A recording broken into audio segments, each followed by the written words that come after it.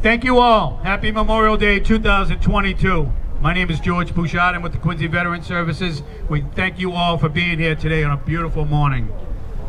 At this time, troops, bring your troops to attention. We will now have the Pledge of Allegiance by Miss Massachusetts, Elizabeth Pierre.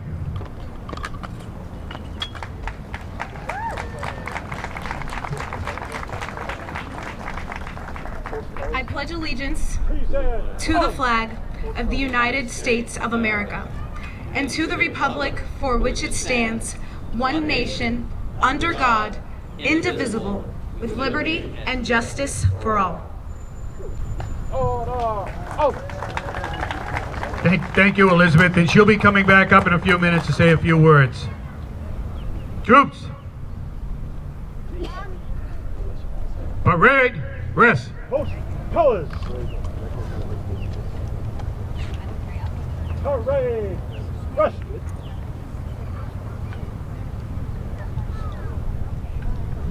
Good morning, everyone, and thank you all for coming out today. My name is Christine Cugini, and I'm the Director of Veteran Services for the City of Quincy. We gather here today to honor the memory of our fallen warriors who have given everything for their country. From the American Revolution to global war on terrorism, more than 1 million American veterans have made the ultimate sacrifice. They died so that we can continue to cherish the things we love: God, country, family. Memorial Day is not about picnics and parades, though there is nothing wrong with enjoying family time and friends and celebrating what the American way of life and our freedom. Memorial Day is about gratitude and remembrance. It is about honoring the men and women who made it possible for us to gather today. I'd like to introduce Reverend John Swanson from the Quincy Veteran Council for the invocation. Cover.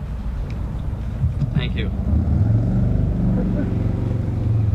Ancient Israel was conquered, first by the Assyrians, later by the Babylonians, finally by the Greeks. The Greeks desecrated the Holy Temple, and a man by the name of Judas Maccabeus led a revolt, and Israel enjoyed over a generation of freedom. There is a story that years after the success of the revolt, the great leader, Judas Maccabeus, reviewed his great army at a celebration of the anniversary of the great battle that freed Israel. He looked out at his troops, and he saw his officers and his chief musicians. He saw his politicians, the leaders. He saw his generals, the chariots. And then he saw his spearmen.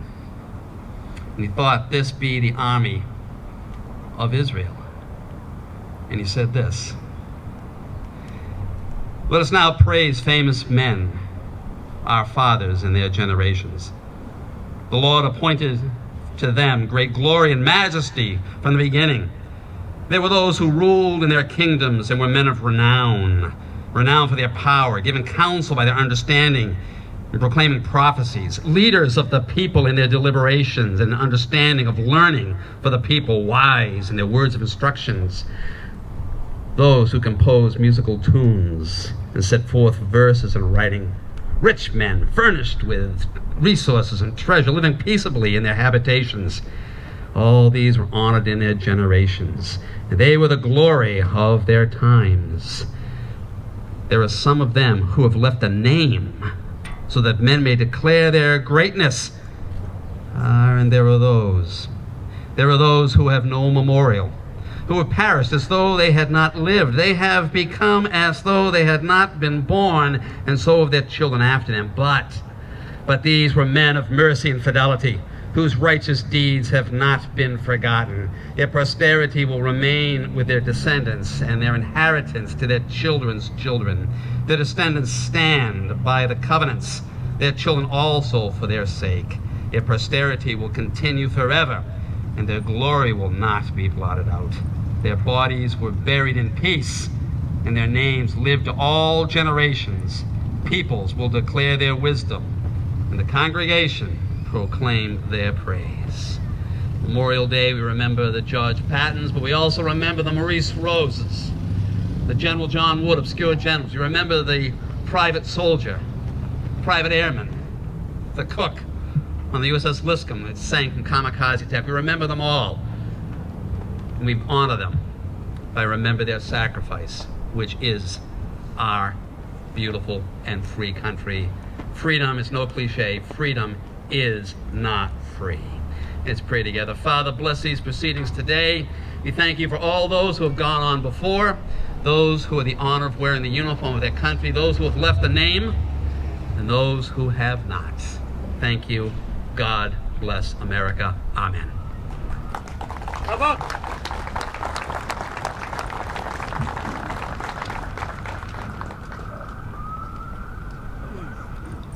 Next, I'd like to introduce Commander Dan Tinney from Quincy Veteran Council.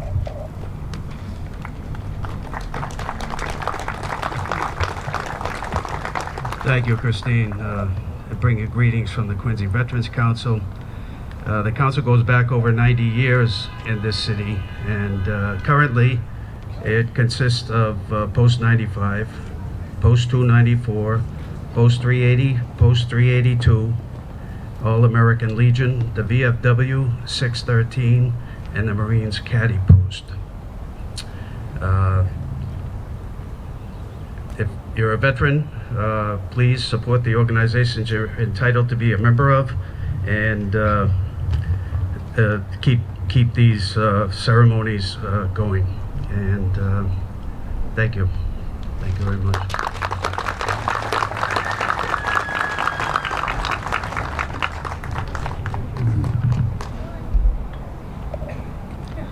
It is my honor to introduce to you our mayor, Mayor Thomas P. Koch.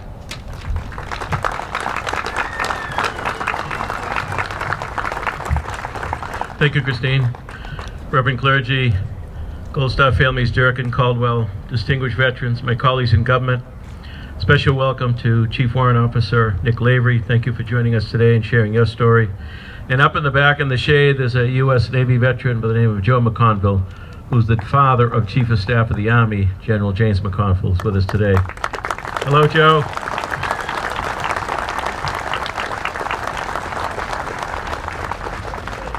You know, today we come together in Quincy, as many communities across our country do, to remember the fallen. We certainly remember and honor those that never made it home. There are a number of names inscribed on the monuments here and throughout the city with those that have died in cemeteries all across the globe. We remember those that did come home. They came back and built our country. They were our teachers and our coaches and our volunteer leaders in so many ways. Many of them buried here before us. We thank them for their service. And there were those that never made it home. The more than 7,000 missing in action in Korea and more than 1,500 in Vietnam. We remember them, and we honor them here today. You have given the greatest gift you could give, and that's your presence here today. Truly grateful that you come out each and every year to honor those gone before us that paid the ultimate sacrifice.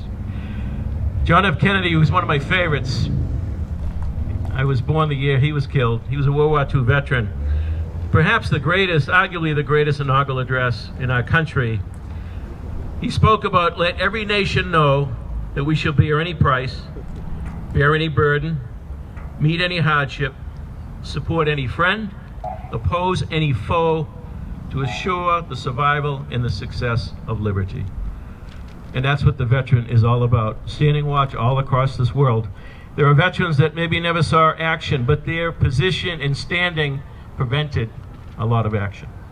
We just see what's going on in the Ukraine, and we see the dictator in communist China. If not for the America around the world and its veteran, things would be a lot different globally.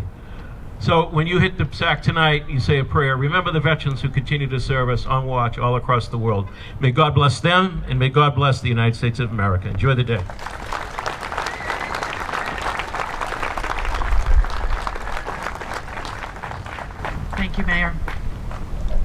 Next, I'd like to introduce Council President Noel DeBona.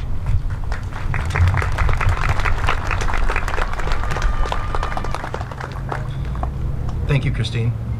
Good morning. Before I say a few words, I want to recognize other elected officials here today with us.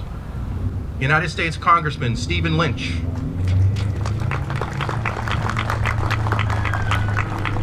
Norfolk County District Attorney Michael Morrissey,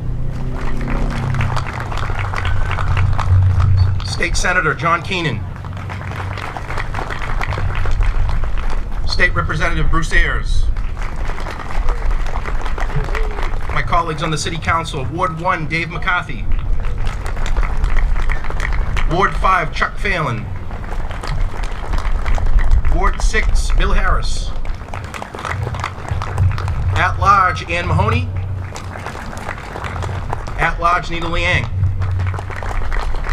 and from the School Committee, Vice Chair Frank Santoro, Kathy Hubley, and Doug Guttrow. We gather here today to honor and remember the men and women that have died serving the United States Armed Forces. Many families and friends are visiting cemeteries, laying wreaths, flowers, and flags at graves and memorial walls. Here in Quincy, Massachusetts, we are very fortunate to continue our tradition with a nice Memorial Day parade and ceremony. It's nice to see you all out here today.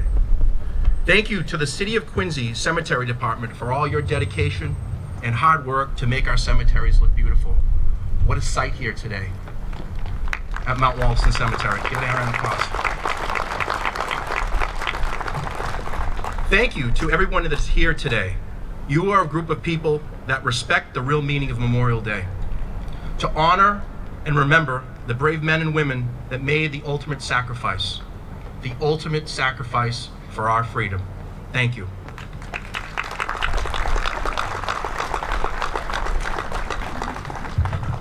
Great words, Noel. Very nice. Our next speaker, just say a few minutes. She just told me, she says Quincy is the greatest city in the Commonwealth, and there's no doubt in her mind this is her favorite city. Again, Miss Massachusetts.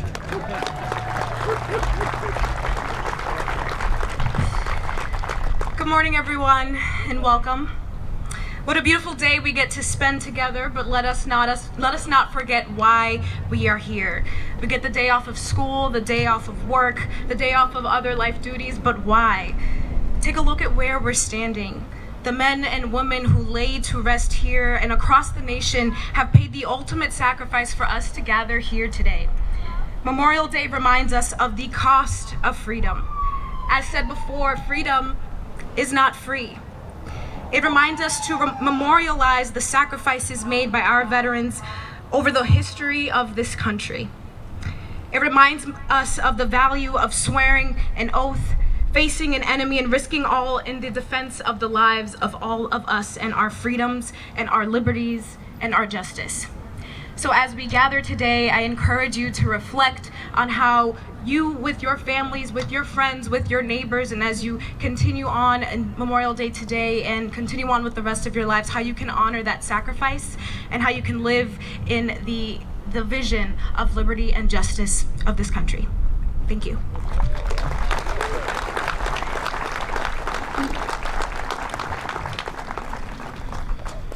Reading the General Logan order today is past commander of the Quincy Veterans Council and past director for the City of Quincy Veteran Services, Mr. George Nicholson.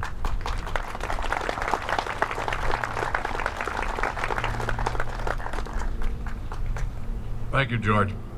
General Logan's orders. These are the original orders that America has been following for Memorial Day for over 150 years now. General Logan was the commander of the veterans organization known as the Grand Army of the Republic, which was a nationwide organization of Civil War veterans. And here's the order that he proposed.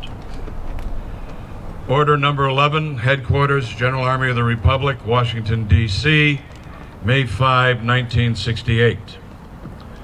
The 30th day of May, 1868, is designated for the purpose of strewing with flowers or otherwise decorating the graves of comrades who died in the defense of their country during the late rebellion, and whose bodies now lie in every city, village, and hamlet churchyard in the land.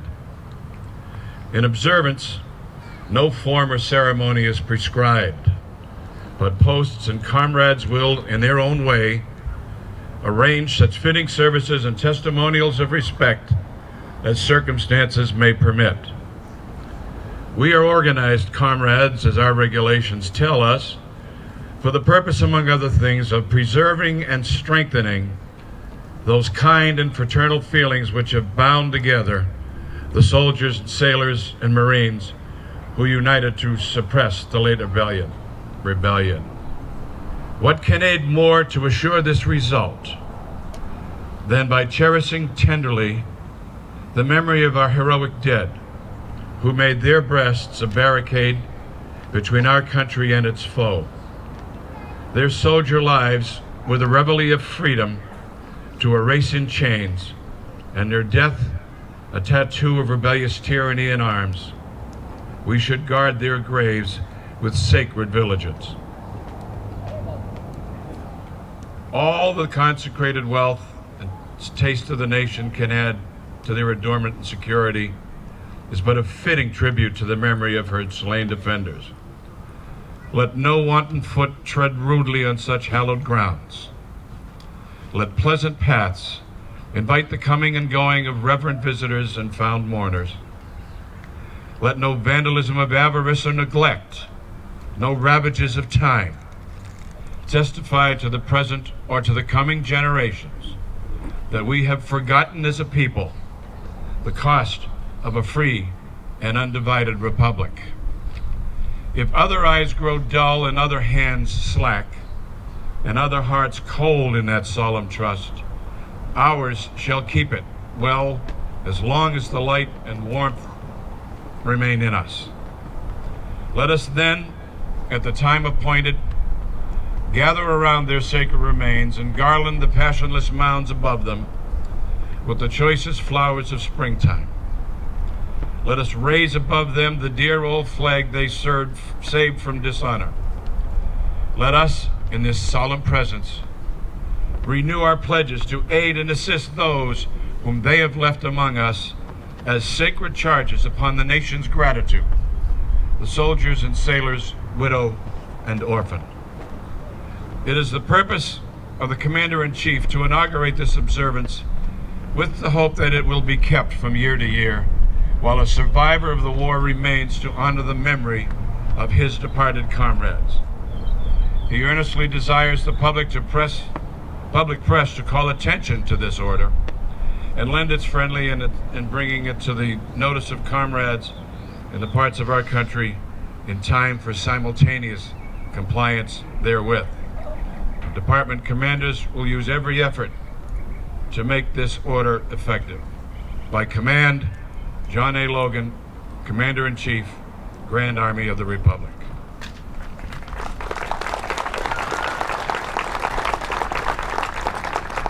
Well done, sir.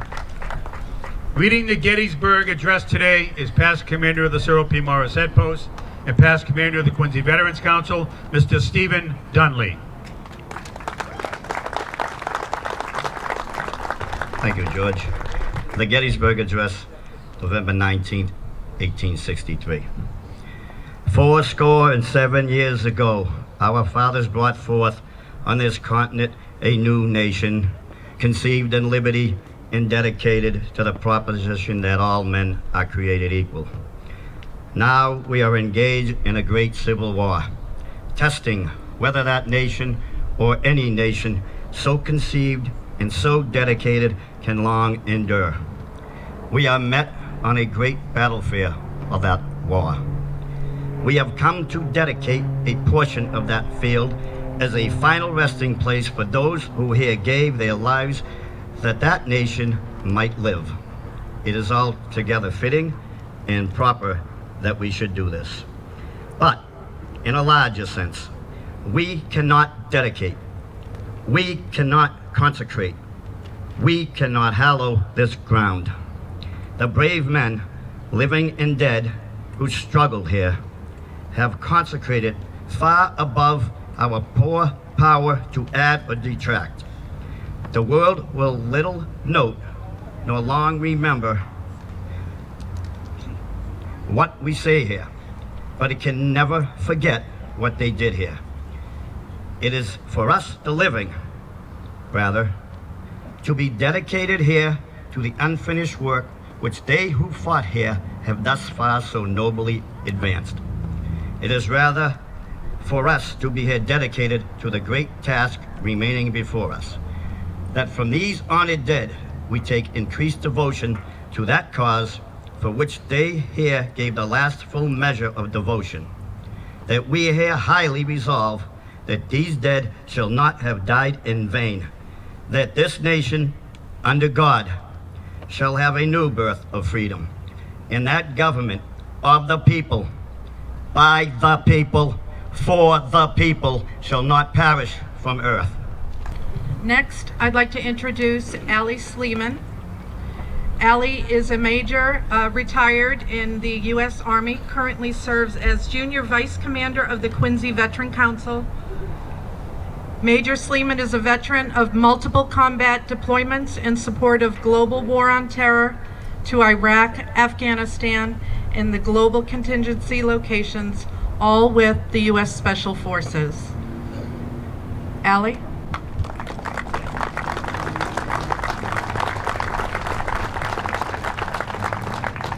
Thank you, Christine. It's my great pleasure this morning to introduce Chief Warrant Officer 2, Nick Lavery. Warrant Officer Lavery is an active duty member of the United States Army Special Forces, commonly known as the Green Berets. The Special Forces perform critical missions including direct action, counterinsurgency, foreign and internal defense, special reconnaissance, and unconventional warfare. In 2013, on Nick's second combat rotation to Afghanistan, he and his detachment fell victim to an insider attack, ultimately resulting in the loss of his leg. Following a year of surgeries and initial recovery, including the use of a prosthetic at Walter Reed National Military Medical Center, he returned to his unit. Refusing a military medical retirement, Nick set his sights on returning to operational status in 2015. At the conclusion of a challenging comprehensive assessment designed to evaluate Nick's abilities to operate, he returned to his detachment and was subsequently deployed once again to Afghanistan, conducting full-spectrum combat operations. Nick is the first Special Forces operator to return to combat as an above-the-knee amputee. Nick is currently serving as a Special Forces Warrant Officer and Assistant Detachment Commander, and is widely recognized as an experienced subject matter expert in special operations, intelligence fusion, and mission planning. He's also the first amputee to complete the Special Forces Warrant Officer Technical and Tactical Certification Course, the Special Operations Combat Program Inspector Course, and the Combat Diver Qualification Course in Military History.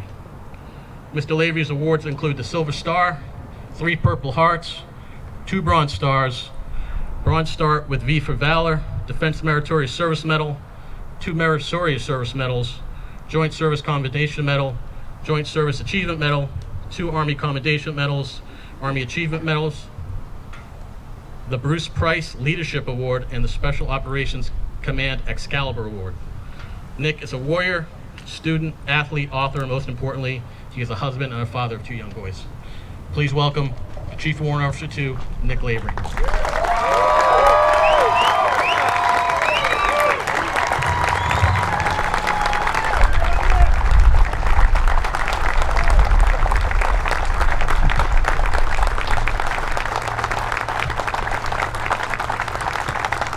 Thank you, guys.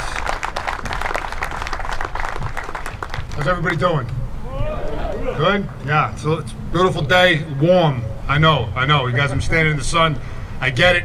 Believe me, as honored as I am to wear this uniform, this thing is built for fashion, not function. All right, so I'm up here in a wool blanket. So believe me, I hear you guys. I'm gonna move quick, but there are some things that it's important that I touch on, and that we all take a second here to keep in our minds and keep in our hearts. The list of those that I need to thank, first and foremost, is quite long. It's been over 2 years since the last time I've been up in the state of Massachusetts. And outside of obviously my family and friends, the people of Quincy, those that have put this thing on, those that run this city and have grown it to what it is today, have opened up their arms, the hospitality to me and my family here to be here over this weekend. Beyond grateful. It's amazing to be home. I have to say a special thank you to Mr. Mayor, City Council President. I got to throw a quick shout out to Ward 3 City Councilor, my buddy from high school, Ian Kane. Christine and Allie have been absolutely phenomenal. The American Legion, and then the Quincy Police Department and Quincy Fire Department. Thank you guys for all that you guys have done and you guys continue to do.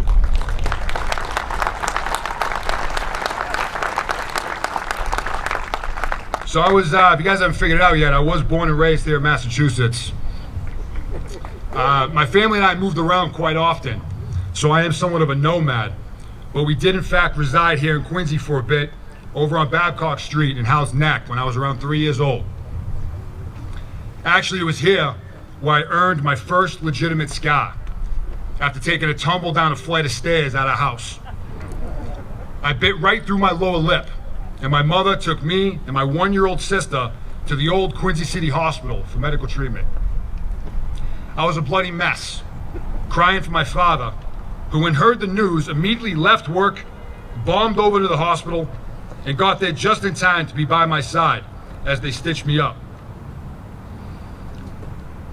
After the docs finished, and as I enjoyed a well-deserved popsicle in my mother's arms, while rubbing my fingers across the sutures of my reconstructed chin, my father looked me dead in the eyes and said, "Don't worry about it, buddy. Chicks dig scars." True story. I was 3 years old, by the way. 3 years old. My mother and father, both here today, have been by my side both literally and figuratively since the day I was born. They've supported me and taught me an infinite number of life lessons, which have aided in the molding of my personality and character. They will tell you that as a child, my concern for others was the priority. In fact, they had to teach me it was okay to stand up for myself rather than only those around me. In high school, these traits were amplified. I attended Boston College High School, and it was there that the Jesuit values, including being, quote, a man for others, was part of my everyday life. While attending the University of Massachusetts at Lowell, I worked security in Boston, making a living protecting complete strangers. After college, I enlisted in the United States Army as a Special Forces recruit, and after 2 long and challenging years of training, I became a member of the Army Special Forces.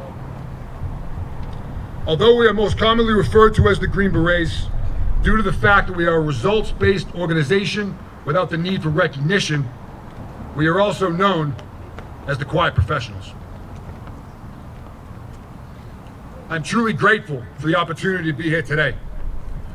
The chance to help memorialize our fallen is the highest of honors, and to do so in one of my hometowns is really something special, so I thank you guys sincerely.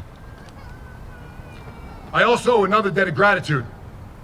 You see, my invitation to this amazing event prompted some research into the history of Memorial Day, and I actually learned a few things that I'd like to share with you guys real quick. The observance of this day was born of compassion and empathy in 1863. As the Civil War raged, grieving mothers, wives, daughters, and sisters in Columbus, Mississippi were cleaning Confederate soldiers' graves, placing flowers upon them. While doing so, they noticed nearby Union soldiers' graves, dusty and overgrown with weeds. Although grieving for their own fallen soldiers, the Confederate women understood that the dead Union soldiers buried nearby were the cherished loved ones of families and communities far away. So what did they do? They cleared the tangled brush and mud from those graves as well and laid flowers upon them all. Pretty amazing stuff. Soon the tradition of a decoration day for the graves of fallen soldiers spread. On May 5th, 1866, when the Civil War was over, Henry Wells of Waterloo, New York, closed his drugstore and suggested that other shops in town do the same to honor all soldiers killed in the Civil War, Union and Confederate alike. It was a gesture of healing and reconciliation in a land ripped apart by conflict. 16 years later, in 1882, the nation observed its first official Memorial Day, a day set aside to remember and honor the sacrifice of those who died in all of our nation's wars. For decades, Memorial Day was a day in our nation when stores closed and communities gathered together for parades and other celebrations with a patriotic theme. Memorial Day meant ceremonies around the country, speeches honoring those who gave their lives, the laying of wreaths, the playing of taps. In many places, these ceremonies continue, as we see here today. You, present at this event, choose to remember the true meaning of Memorial Day, an opportunity for Americans to reconnect with our history and core values by honoring those who gave their lives for the ideals we cherish. Some have lost its connection with our history. Some view military service as an abstraction, as images seen on television, or a soundbite in the news on the way to work. For some, Memorial Day has come to mean simply a 3-day weekend or a major shopping day. Families might still gather for picnics, but for many, the patriotic core, the spirit of remembrance, is absent. As an active duty member of the United States military, I find myself torn with this realization. On one hand, I feel with the access to information never being so readily available as is today, every American should have an understanding of what our military stands for and the actions we take for our nation's security and way of life. On the other hand, however, I feel if Americans are able to sleep at night without thoughts of a foreign adversary, without concern for a pending invasion, and without fear of the existing threats outside our borders, then we as a military must be doing something right. Our job is to create a blanket of protection for the American people. If that blanket is so thick and so warm that those beneath it become unmindful of just how cold and harsh the world can be, well, that is success in my opinion. And I will gladly trade personal and organizational recognition for societal solace any day of the week. That, ladies and gentlemen,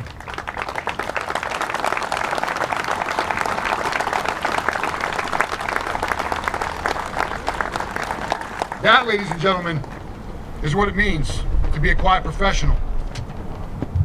A lifestyle which, as you can plainly see, comes with a variety of costs and countless sacrifices. I am one of the lucky ones. In fact, if things played out the way they should have, according to medical science and traumatic survivability statistics, I too would be one of those honored on this day. But I'm not. It simply wasn't my time. After 15 years of active duty service and multiple combat deployments throughout the world, I have added to my list of scars since falling down those stairs just down the street from where we are right now. I spent a year at Walter Reed Medical Hospital, where I underwent countless surgeries and learned how to live life as an amputee.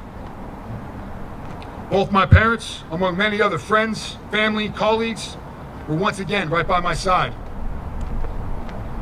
Just a few years later, I married the love of my life, the beautiful badass sitting just to my right with our 2 sons.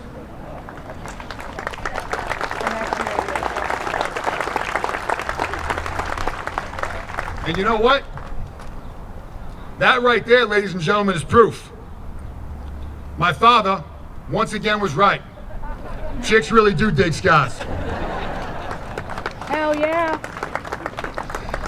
I'm often asked, why do you keep going, given what you've been through? Haven't you done enough?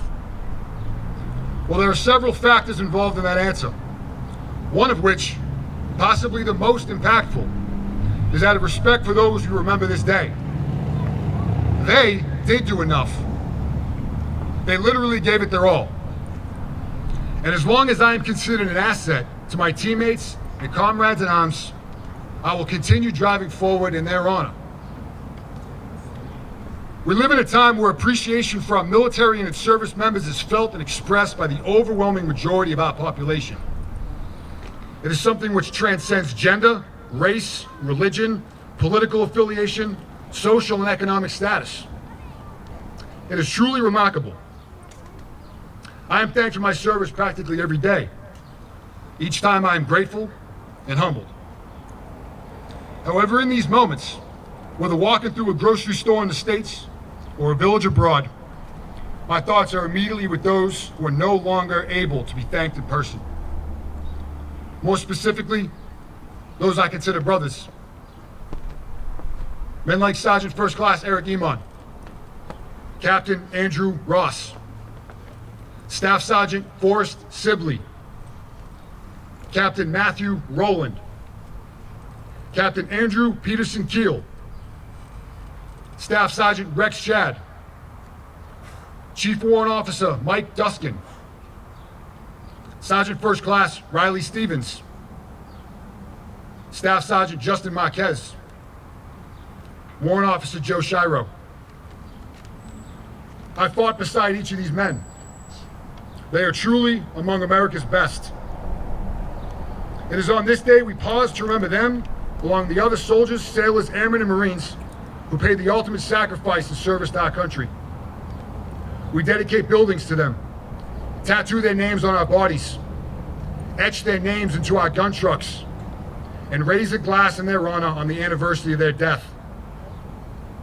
It is for them that we continue to press. We ensure they are not forgotten.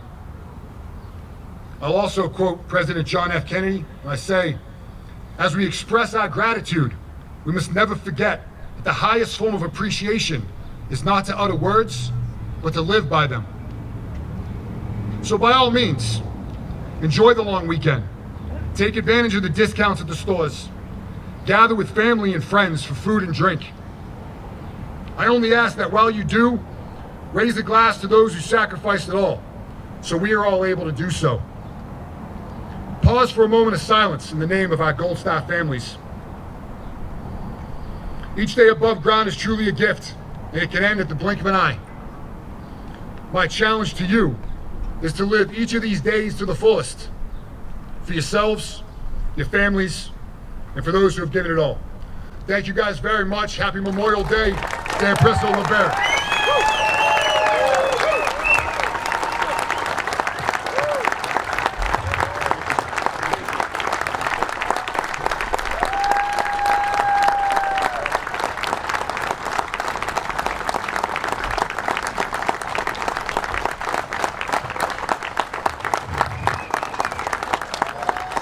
Don't stop clapping.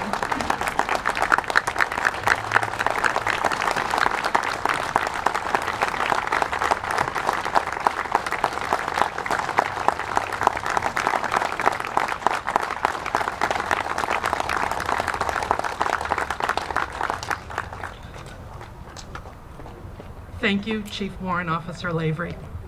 Thank you for being here with us today, for sharing your story, your time, and your family. You are a warrior, and we thank God there are men and women out there like you. Thank you. God bless.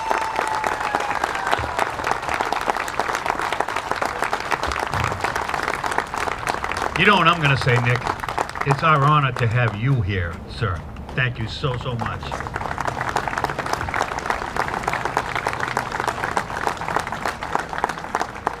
Today in the parade, and I know they're still here because I just noticed them, there's a couple of new recruits for the United States Army over here to our left. Raise your hands, please.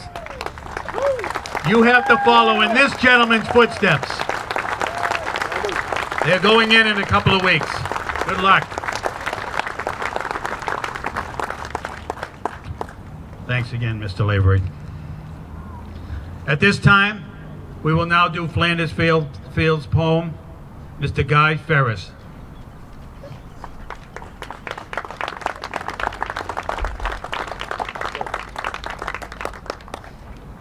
The poem in Flanders Fields has come to symbolize the spirit of Memorial Day. In 1915, Lieutenant Colonel John McCrae of the Canadian Army, a medical doctor, had to bury his young friend because there weren't enough chaplains to go around, and they had a large graveyard around their camp with the traditional white crosses. And looking out on that and grieving, he wrote this. In Flanders fields the poppies blow, between the crosses, row on row that mark our place. And in the sky the larks, still bravely singing, fly, scarce heard amid the guns below. We are the dead, Short days ago we lived, felt dawn, saw sunset glow, loved and were loved, and now we lie in Flanders fields. Take up our quarrel with the foe. To you from failing hands we throw the torch. Be yours to hold it high. If ye break faith with us who die, we shall not sleep, though poppies grow in Flanders fields. Thank you, Mr. Ferris. At this time, Commander Tenney, Vice Commander Sleeman, and Vice Commander Dunley will now lay the wreaths in front of the World War II podium, please.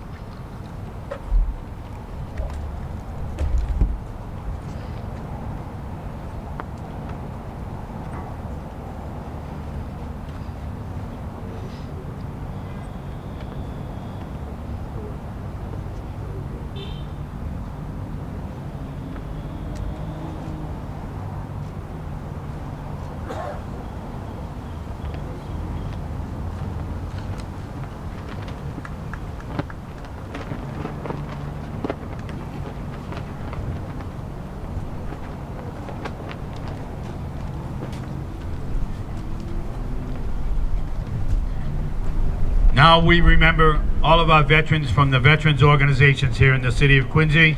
Deceased list. From the Robert I. Nickerson Post 382, Henry Zellin. Absent. Albert Avery. Absent. Hugh Doherty. Absent. Conrad Wozniak.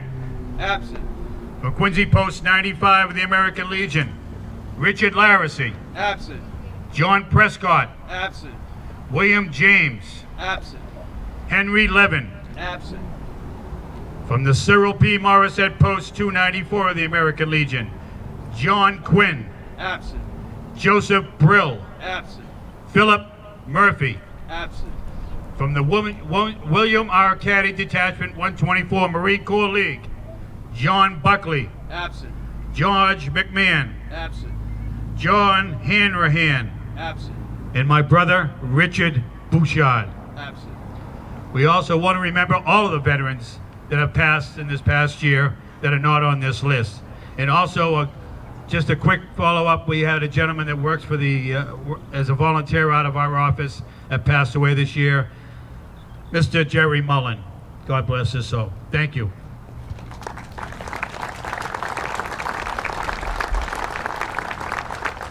Firing squad, Post detail. Post prepare to colors. volley. Sir. Present. Units, Arms. present arms.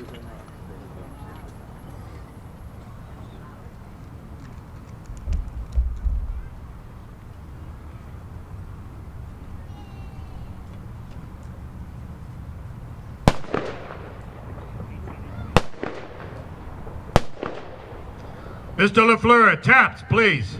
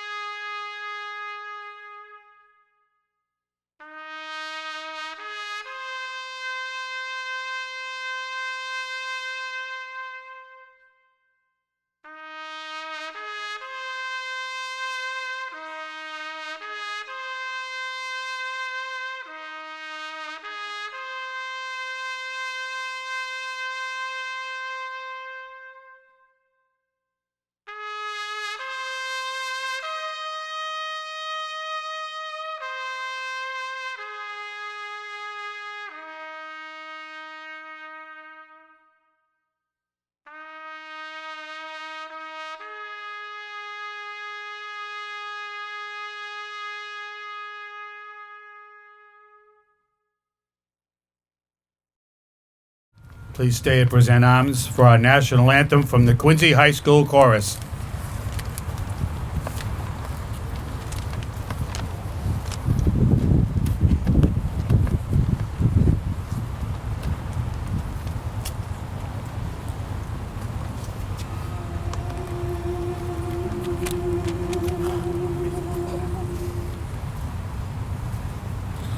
Oh, say, can you see by the dawn's early light what so proudly we hailed at the twilight's last gleaming, whose broad stripes and bright stars through the perilous fight o'er the ramparts we watched were so gallantly streaming, and the rockets' red glare, the bombs bursting in air, gave proof through the night that our flag was still there.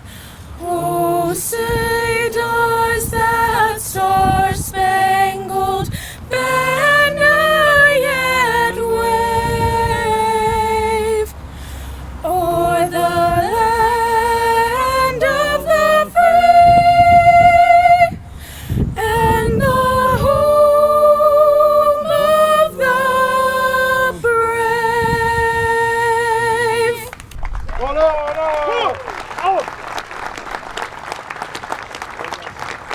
Troops, bring your units to order arms and parade rest. Parade. Parade. Rush. Reading the governor's proclamation this morning is a young lady from Central Middle School.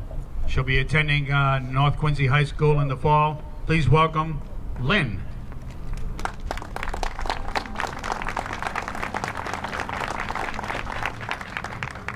A proclamation.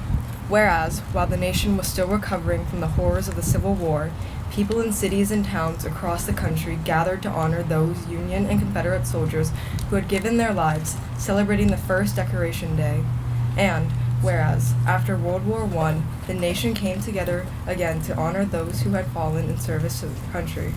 Renamed Memorial Day, the last Monday in May is when people remember and honor the memory of all the men and women who fought and died in all American wars and conflicts. And, whereas, throughout our country's history, thousands of Massachusetts citizens have fought in wars and conflicts to defend our safety and way of life. And whereas, their legacy of patriotism and dedication to country is an inspiration to all Americans. And whereas, it is appropriate that all Massachusetts citizens remember the bravery of those who gave their lives, so that their sacrifices serve as a reminder of the cost of our freedom. Now therefore I, Charles D. Baker, Governor of the Commonwealth of Massachusetts, do hereby proclaim May 30th, 2022 be Memorial Day, and urge all citizens of the Commonwealth to take cognizance of this event and participate fittingly in its observance. Given at the Executive Chamber in Boston, this first day of May in the year 2022, and of the independence of the United States of America, the 245th. By His Excellency Charles G. Baker, Governor of the Commonwealth, Karen E. Polito, Lieutenant Governor of the Commonwealth, William Francis Galvin, Secretary of the Commonwealth. God save the Commonwealth of Massachusetts.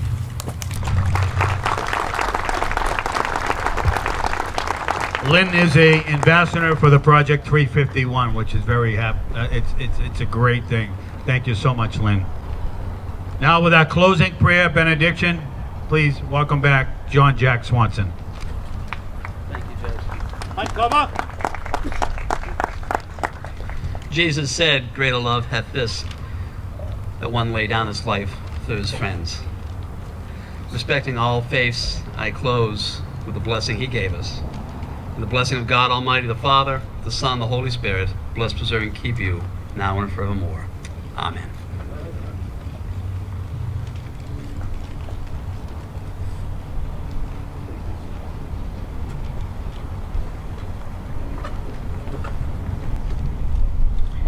Thank you all so much for coming out today.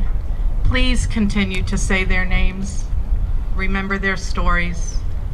Be well, stay safe, respect, and take care of one another. God bless.